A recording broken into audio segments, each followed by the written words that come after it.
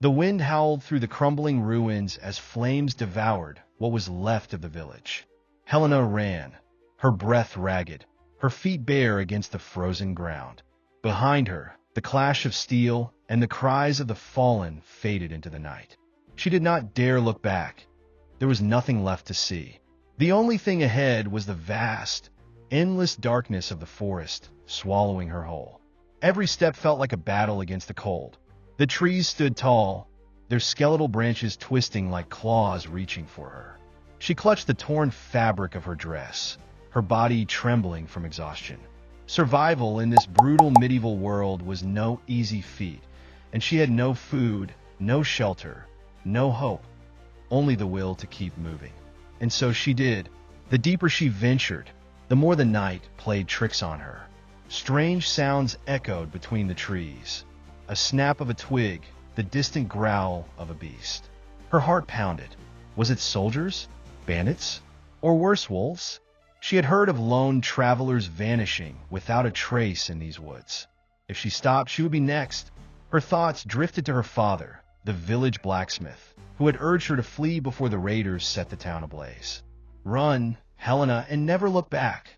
His voice still echoed in her mind, but his face, she dared not recall it. The weight of grief would crush her, and she had no time for weakness.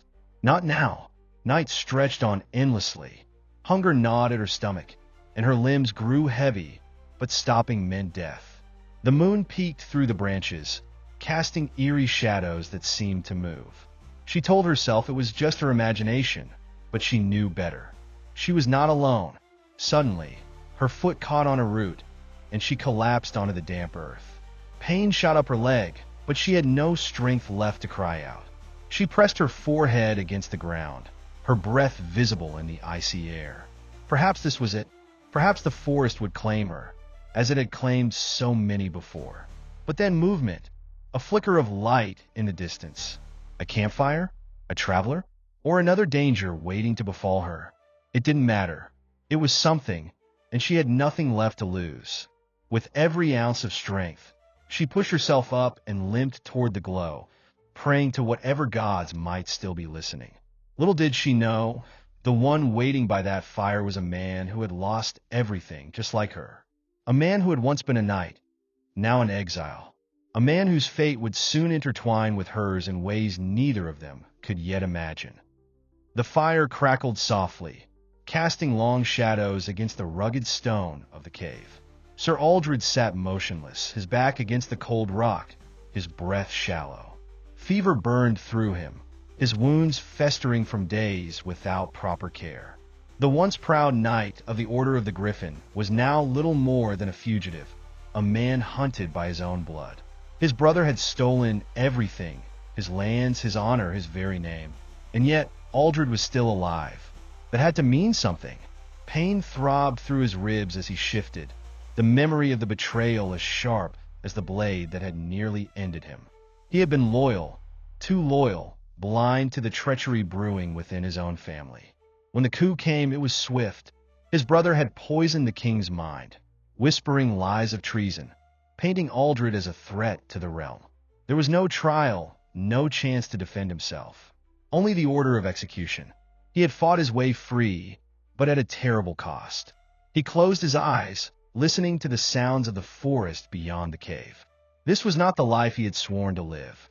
He was meant to serve, to protect, to stand on the battlefield with his brothers in arms. But the world had stripped him of everything, leaving him to rot in the wilderness like a wounded beast. Medieval survival was a cruel test, and each day he failed, his body growing weaker, his resolve thinning. Perhaps it would be easier to let the forest take him. But no, he was not dead yet. And as long as he drew breath, there was still a chance to reclaim what was his, to make his brother answer for his betrayal. A knight's journey did not end in exile. If he could recover, if he could gather allies, he could fight. The fire in his soul was not yet extinguished, even if his body threatened to give in. A rustling sound pulled him from his thoughts. He reached for his dagger, every muscle in his body screaming in protest. His vision swam, his grip weak, but he would not go down without a fight. If his brother's men had finally tracked him down, They would not find him an easy kill. He might die, but he would not die a coward. The sound grew closer. Footsteps, light, cautious, not the stride of a soldier, nor the clank of armor. His brow furrowed. A thief, perhaps? A lost traveler? Whoever it was, they were moving carefully, as if afraid of being seen. His instincts screamed danger, but there was something else, something hesitant about the presence approaching him. Then, through the flickering glow of his dying fire, he saw her. A girl, thin and trembling, her dress in tatters, her face smudged with dirt. She hesitated at the entrance of the cave, wide eyes locked onto his. Aldred tightened his grip on his weapon, ready to strike if necessary. But she did not move. She only stood there, watching him. In that moment, neither of them spoke, but both understood one thing. They were survivors in a world that sought to break them.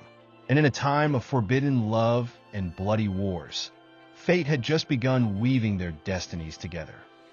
Helena hesitated at the mouth of the cave, her breath hitching in her throat. The man before her was barely conscious, his face pale, his body battered and weak. A knight? She had heard stories of warriors, men clad in shining armor, but this one looked nothing like the heroes from the old tales. He was broken, a shadow of what he once had been, and yet, despite his pain, his hand still gripped a dagger, ready to strike. She should have turned and fled. The world was not kind to lone women, and a wounded knight was still a dangerous man. But something about him gave her pause. The flickering firelight revealed not a cruel face, but a tired one, as if life itself had drained him. She knew that look. It was the same one she had seen in her own reflection. Hunger, exhaustion, the silent plea for survival. Slowly, she stepped forward, lifting her hands to show she meant no harm. He watched her warily, his fingers twitching around the hilt of his weapon. "You're hurt," she murmured, her voice barely above a whisper. He did not answer, but his breathing was labored, his body trembling. He was on the brink of death, and if she left him, he would not last the night. Instinct warred with logic. She had nothing. No food, no shelter, no reason to risk herself for a stranger. But deep inside, she knew she could not simply walk away. Medieval survival was cruel, but abandoning a man to die when she could help him, that was something she could not bring herself to do. She crouched beside him, cautiously reaching for his torn tunic. Aldred flinched at her touch, his body tensing. "Easy," she said, her voice softer now. "I need to see your wounds." He did not protest, though whether it was trust or sheer exhaustion that stilled him, she did not know. The wounds were deep, but not beyond saving. If she could clean them, find food, keep the fire burning, he might survive. But it would not be easy. The silence between them stretched.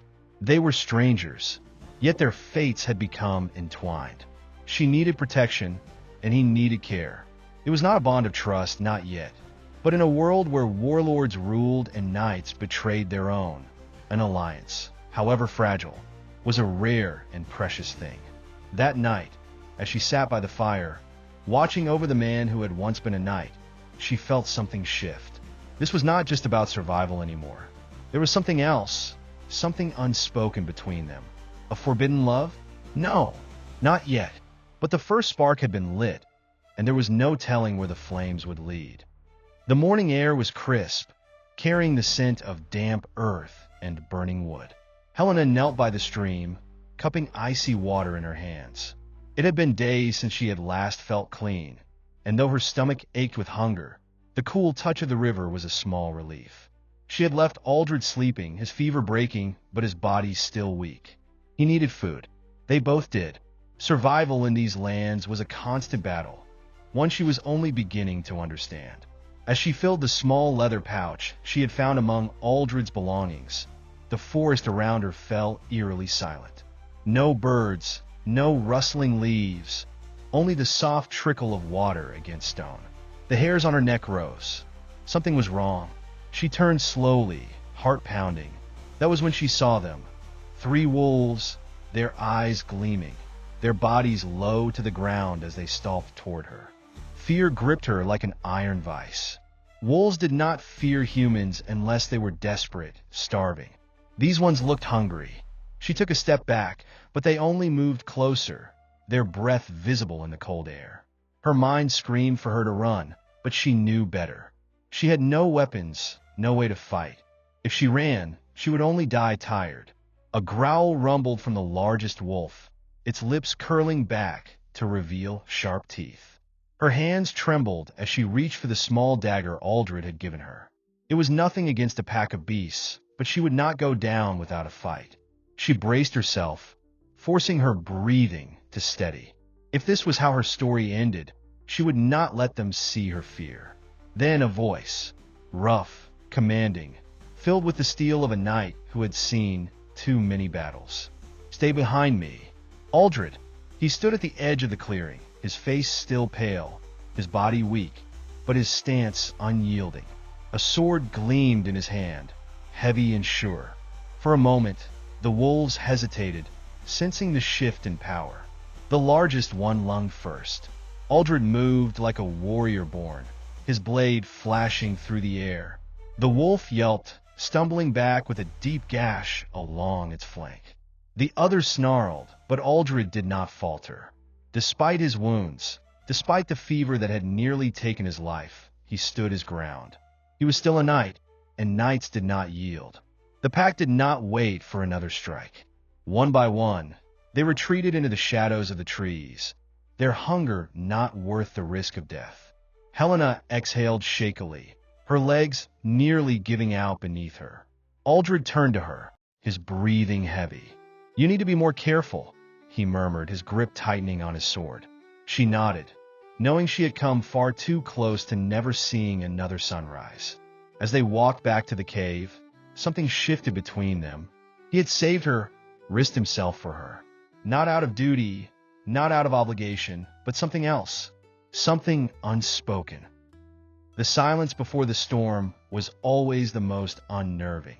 Helena crouched beside Aldred, her fingers tightening around the hilt of a dagger. Outside the cave, torches flickered in the distance, the glow moving closer, illuminating the dark forest. The usurper's men had found them. There was no more time to hide, no more time to run. This was it, the moment they either fought or died. Aldred steadied himself against the rock wall, his body still recovering from fever and wounds. But his eyes burned with the fire of a knight's journey unfinished. He would not go quietly into the night. "They will come in waves," he muttered, his voice low. "We don't have the numbers, but we have the land. Use it." Helena swallowed hard, nodding. This was not just about survival anymore. This was war. They had spent the last hours preparing. Crude traps lined the path to the cave, sharpened stakes hidden beneath leaves, ropes strung between trees to trip approaching men. It was not much, but it was all they had. Aldred had shown her how to fight, how to hold her blade without shaking, how to strike where it mattered. She was no warrior, but she had something to fight for now. The first soldier entered the clearing, then another, then 5 more. Their faces were hidden beneath steel helmets, their swords gleaming under the moonlight. Helena's heart pounded as Aldred gripped his blade, waiting, watching. The moment stretched like a taut bowstring, until the first man stepped into the trap. A snap, a scream, chaos erupted. Aldred lunged forward, cutting through the confusion like a blade through flesh. Even weakened, he moved with the precision of a warrior who had seen too many battles.